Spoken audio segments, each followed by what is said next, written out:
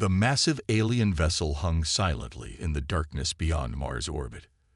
Its sleek, crystalline surface reflected the distant sunlight as its sensors methodically scanned the third planet of this unremarkable solar system. Inside, the ship's chief researcher, Observer First Rank, studied the preliminary data with growing disappointment. Another primitive species, the observer noted in the ship's log, bipedal mammals, carbon-based, with significant physical limitations.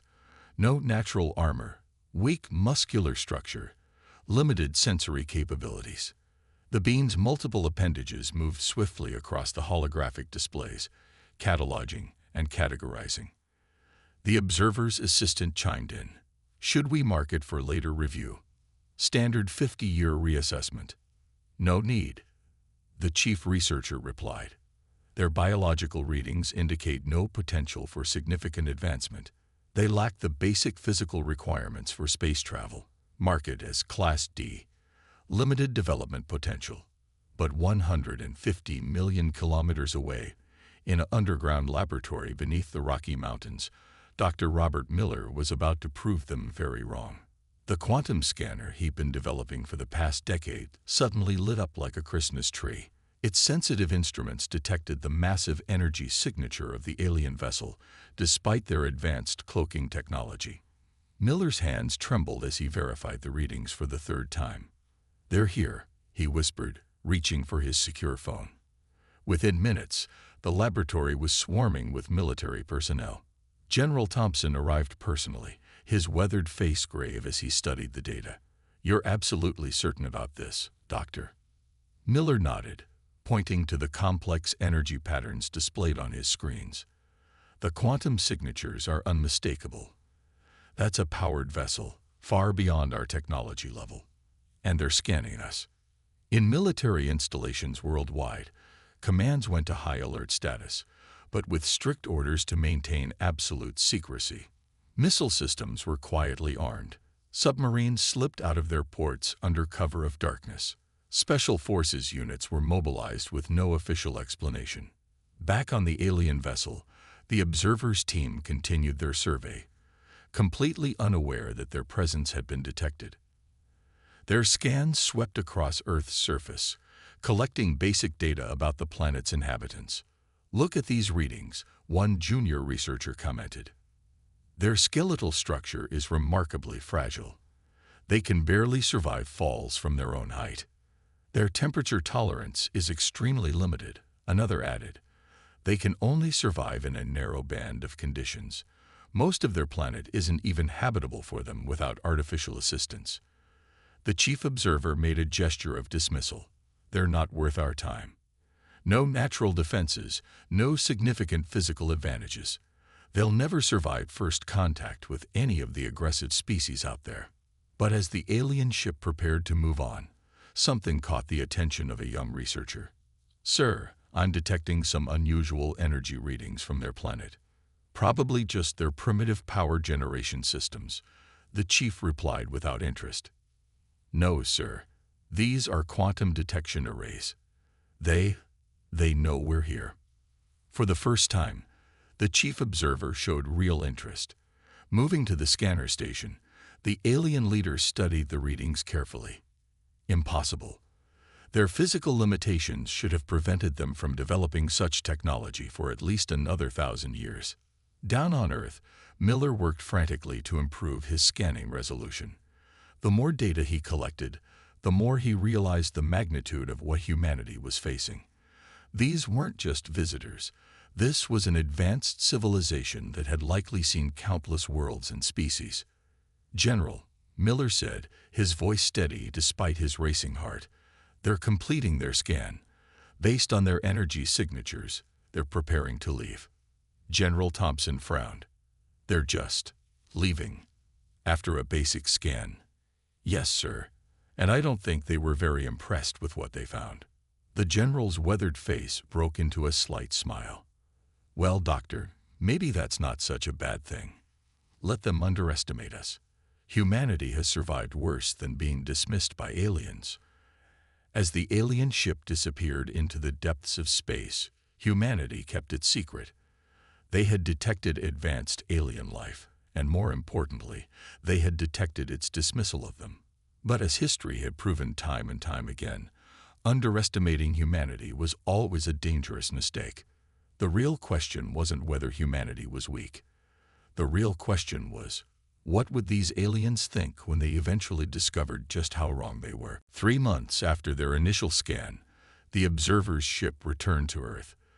This time, they brought their most advanced scanning equipment. Something about the quantum detection array they'd discovered had bothered the chief researcher enough to demand a deeper investigation.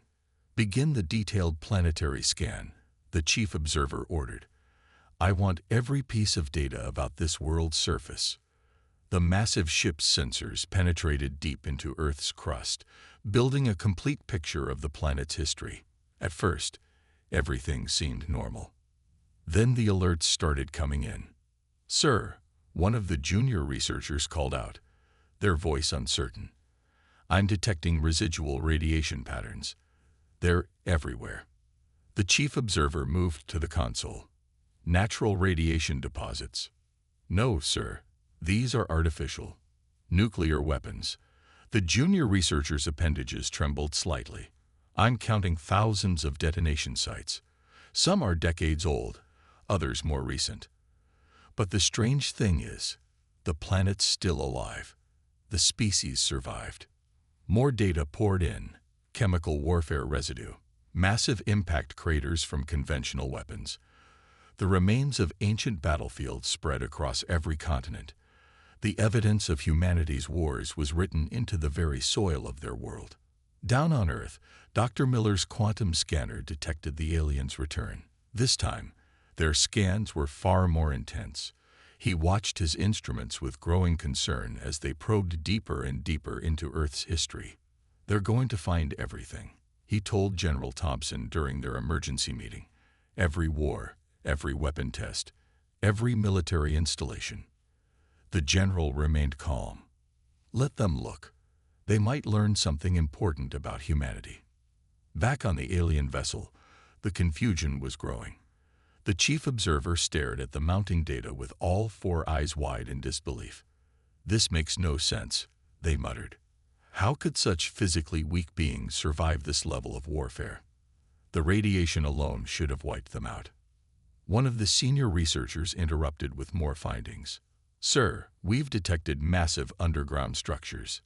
Military bunkers, hidden bases, emergency shelters. They're everywhere. Some are abandoned, but many are still active." The scans revealed more surprises: weapon stockpiles hidden in mountains, submarine bases deep under the oceans, hardened communication centers buried beneath ordinary-looking buildings. The humans had turned their entire planet into a fortress, but so cleverly hidden that it wasn't visible on first inspection.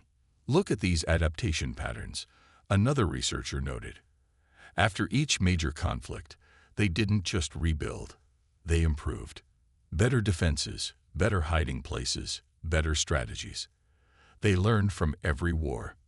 The chief observer struggled to process this information. According to all their scientific knowledge, a species this physically vulnerable should have destroyed themselves with their first major war. Instead, humans had survived conflict after conflict, growing stronger each time.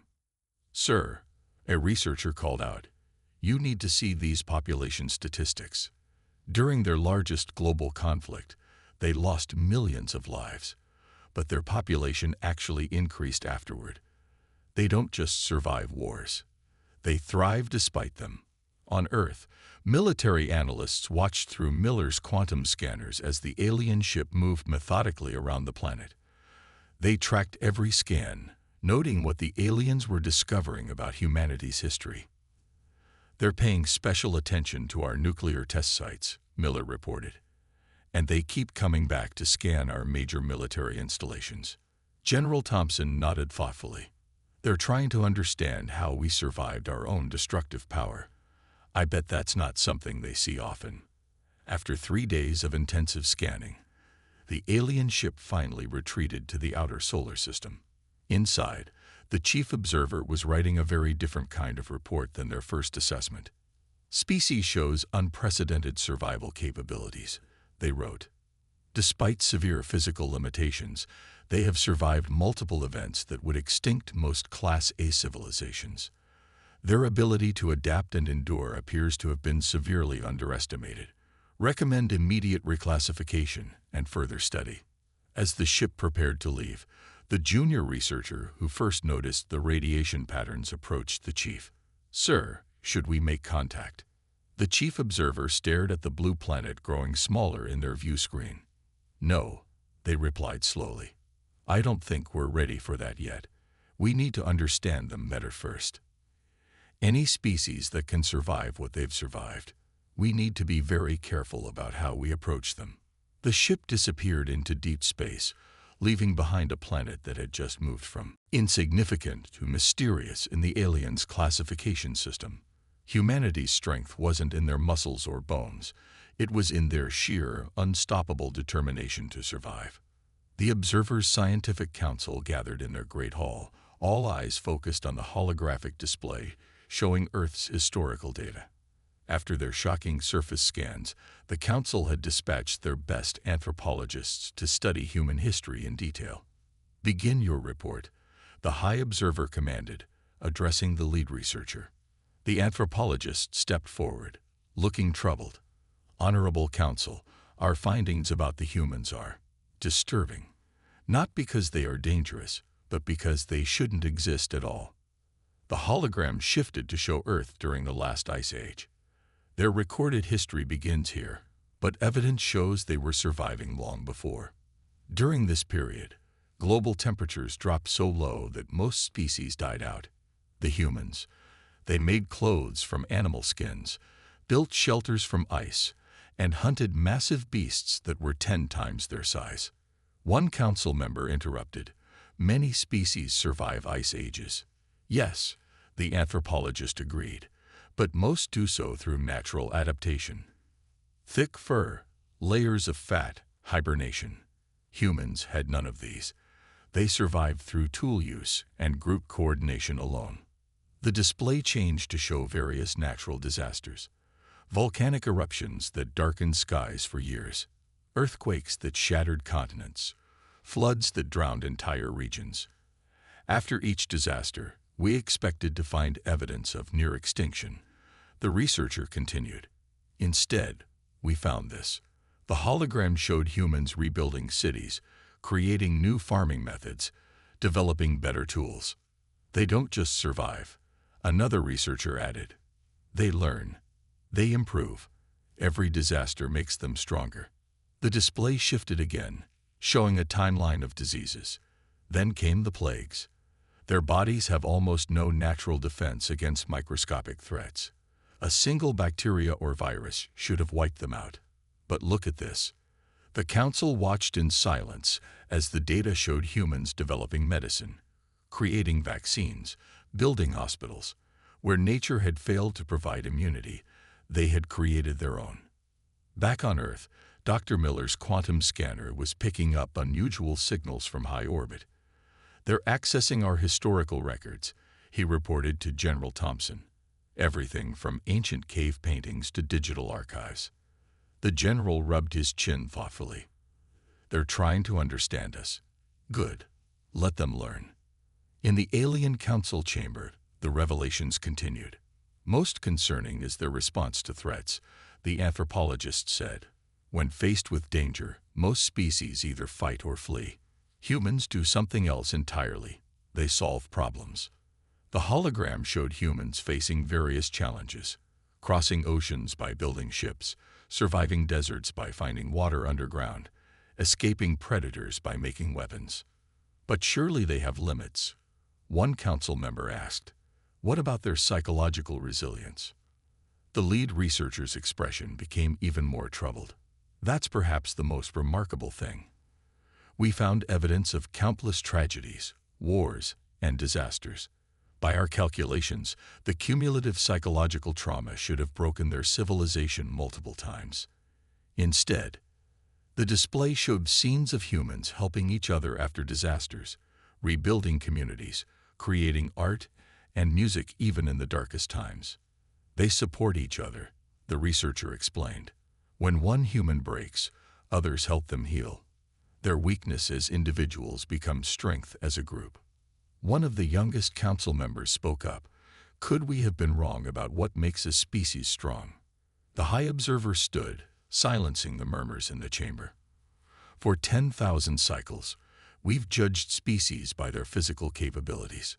Strong bodies, natural weapons, biological adaptations. We dismissed humans because they had none of these.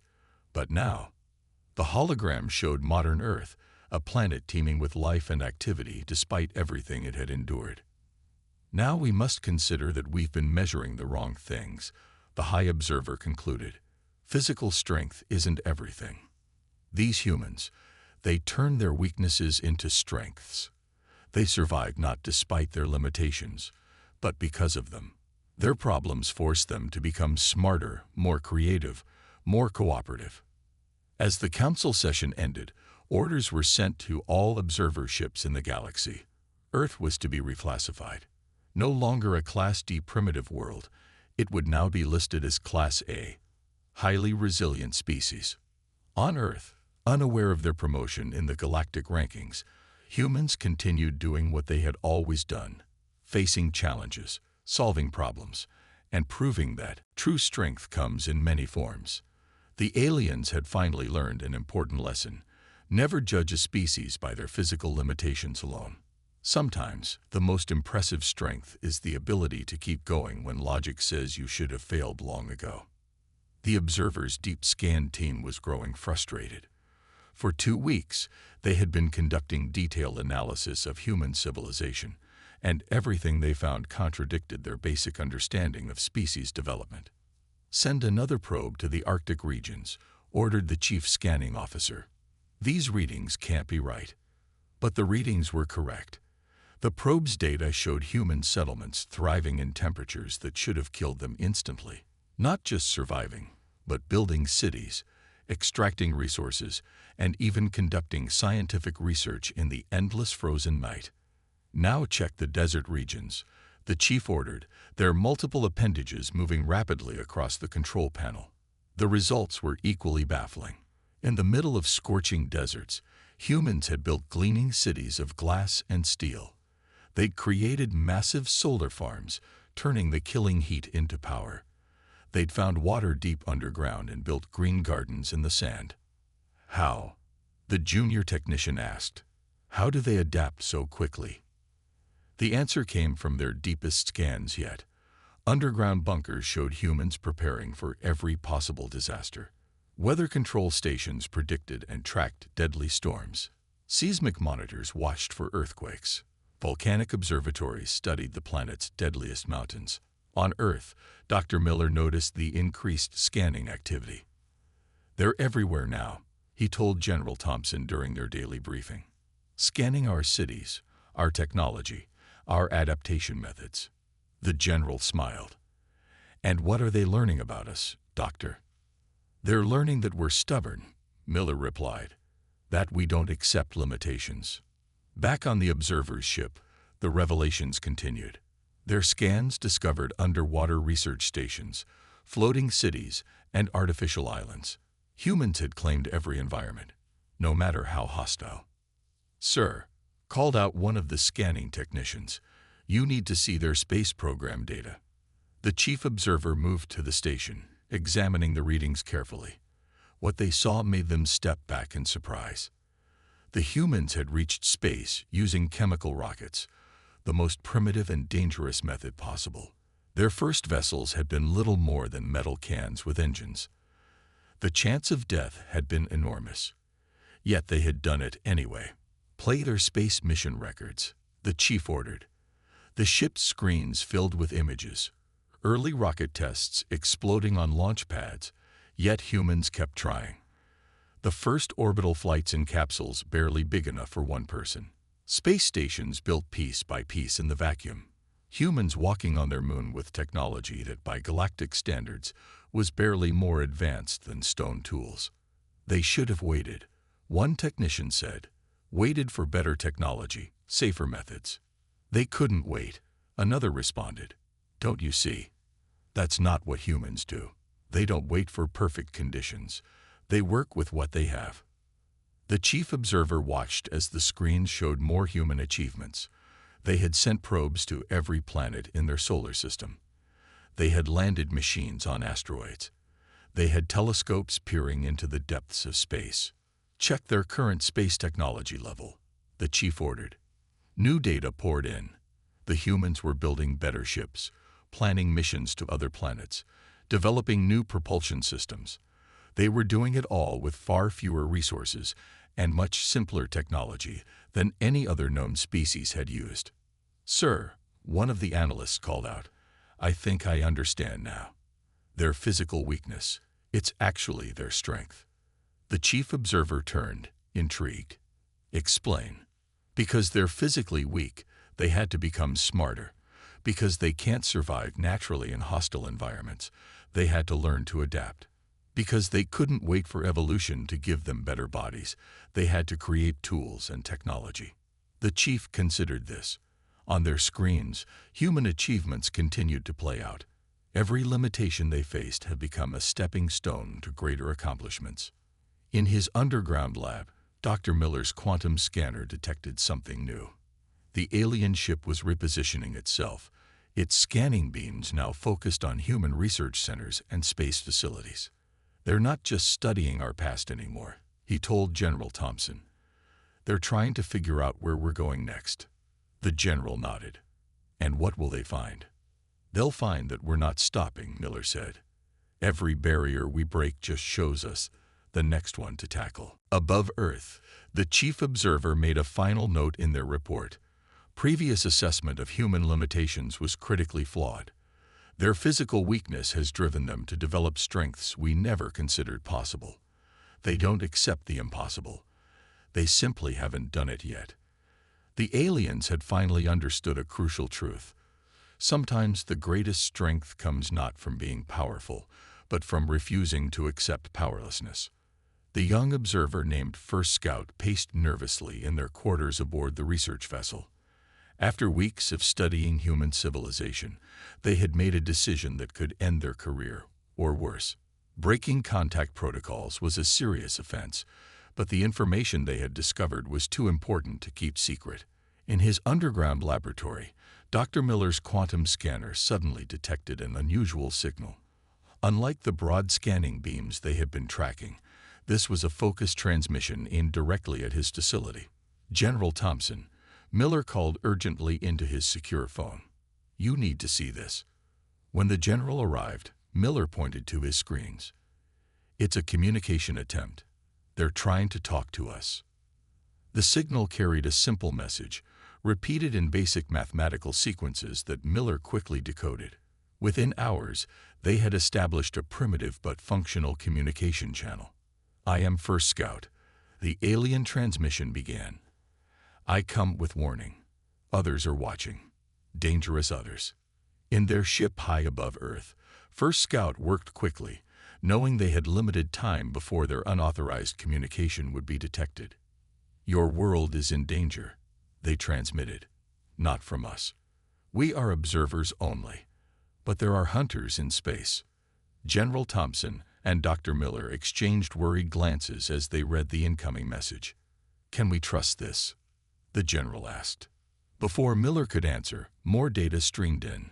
First Scout was sending classified information about other alien civilizations, aggressive species that conquered worlds for resources and territory. They scanned for weapons, defenses, First Scout transmitted, like we did. But they look for different things. They seek weak planets to take. And what did they usually find on Earth? Miller typed back. "That is why I warn you," came the response. "Your world appears perfect target.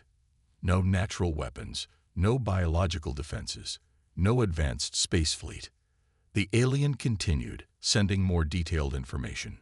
There were species that had evolved as apex predators, with natural armor and built-in weapons. Others had developed massive space armadas. All of them judged planets the same way the observers initially had, by looking for obvious signs of strength. "But you're different," Miller typed. "You saw something else in us." "Yes. First Scout replied. We learned. Studied your history. You survive things that kill stronger species. You fight differently. Think differently. But hunters may not see this until too late, for them or you. In orbit, First Scout's hands moved faster across their communication panel. Time was running out. They transmitted data about the hostile species' tactics, their weapons, their weaknesses. They expect easy conquest of primitive worlds. They judge by same standards we first used. They will be wrong. General Thompson leaned forward, studying the tactical information streaming in. They're giving us everything, he muttered. Battle strategies, technological capabilities, fleet movements. First Scout's next transmission carried urgency. My actions discovered soon. Must end transmission. Remember, your weakness is illusion. Your strength is here. They sent an image showing Earth's surface, marked with everything they had discovered. The hidden bunkers, the adaptation to extreme environments, the endless evidence of survival against impossible odds. Why are you helping us? Miller asked in what he knew would be one of their final exchanges. The response came quickly. Because you helped us, showed us true meaning of strength. Greatest power is not in weapons or armor, is in refusing to break, in finding new ways, in surviving. Suddenly, the transmission became erratic. Must go. They detect. Remember, you not weak. You different kind of strong. Most dangerous kind. They not ready for. The signal cut off. In the lab, Miller and General Thompson sat in silence for a moment, absorbing what had just happened. Finally, the general spoke.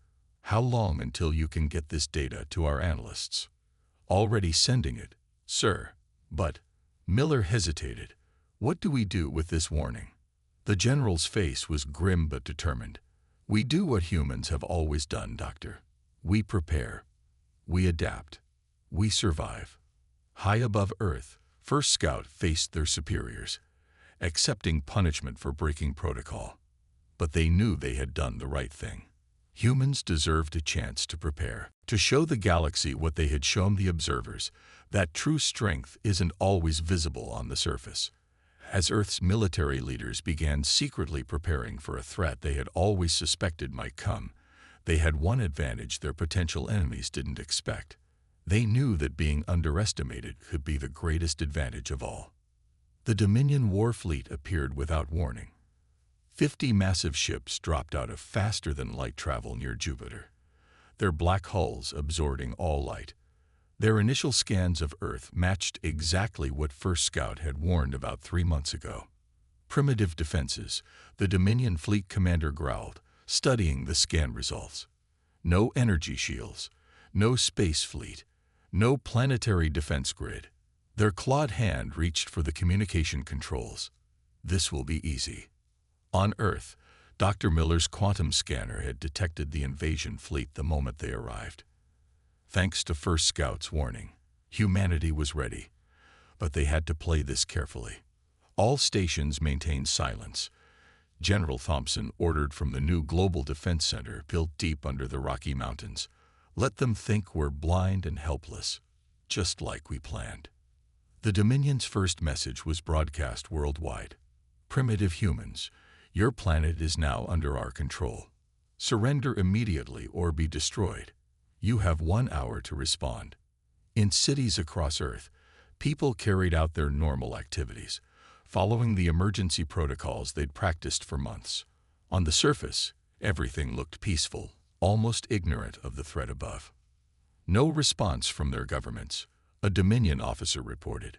Their communication systems appear too primitive to even receive our message properly. The fleet commander laughed. Begin the first wave.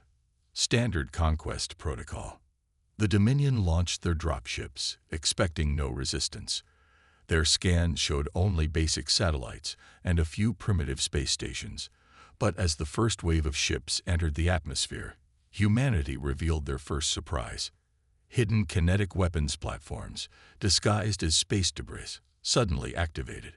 Simple but devastating, they fired tungsten rods at near-light speed, tearing through the unshielded dropships.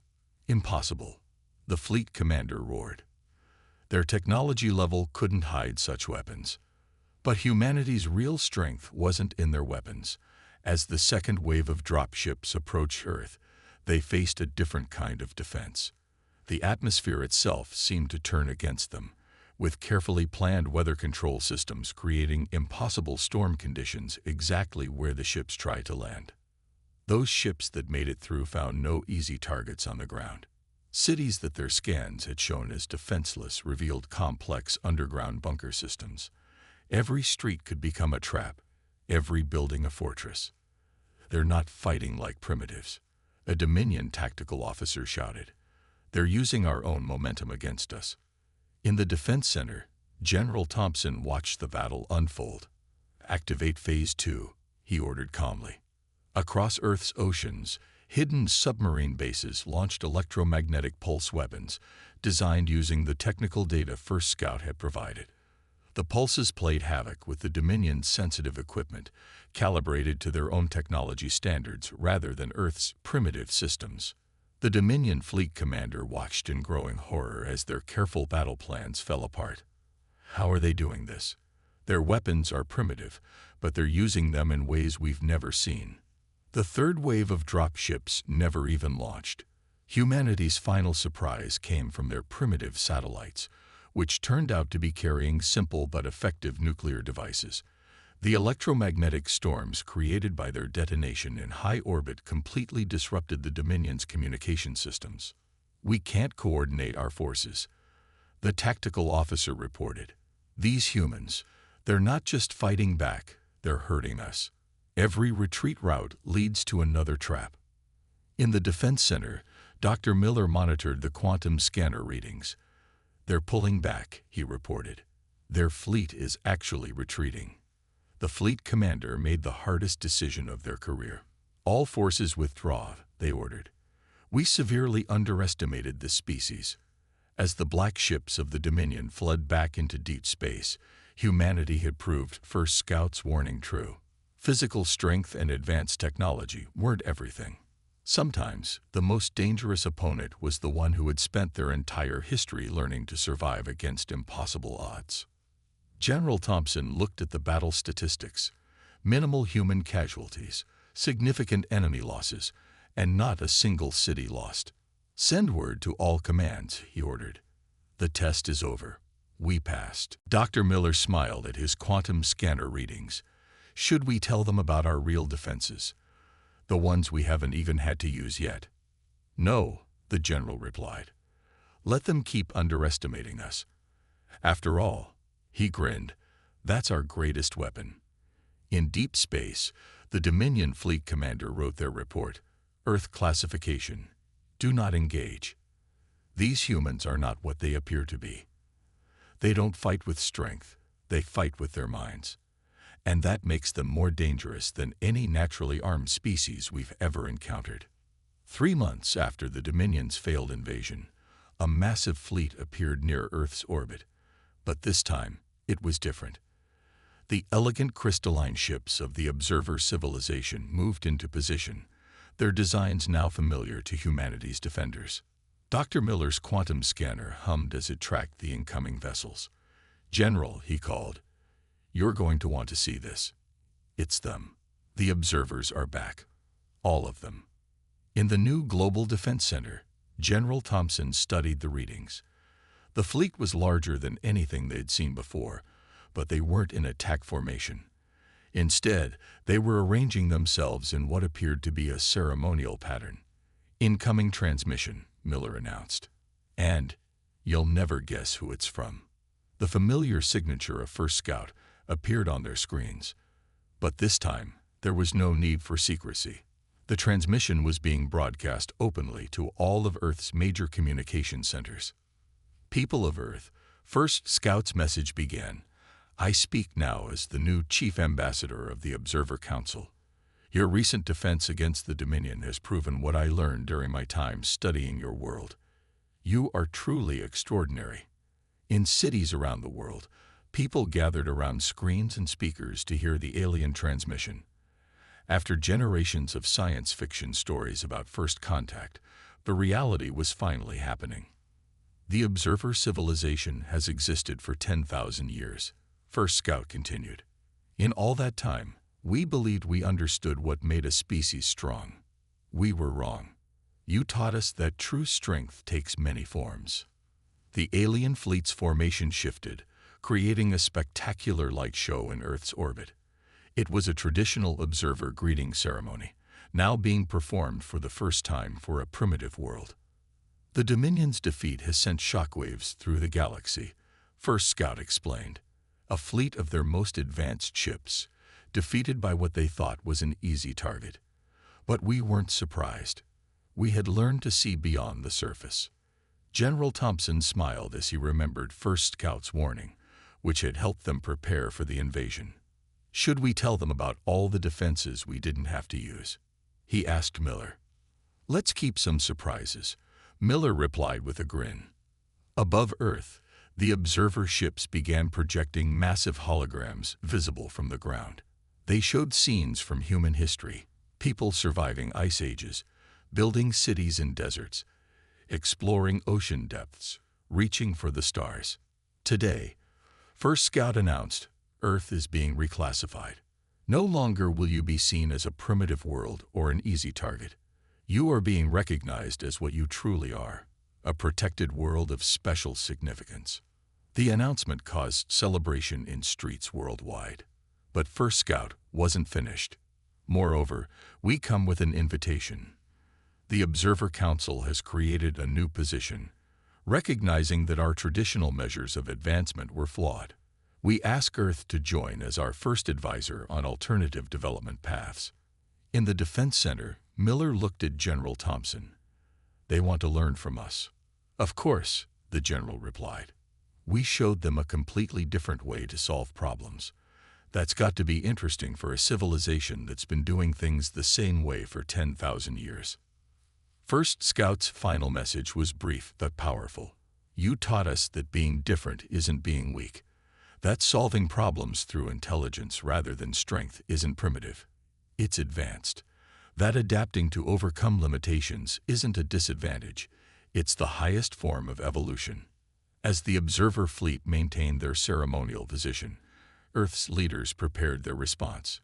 Humanity would join the galactic community, but on their own terms. They had proven they didn't need to match other species' physical capabilities to be strong. In his lab, Dr. Miller made one final note in his research log. Today marks humanity's official first contact with alien civilization. They came looking for strength and initially found weakness.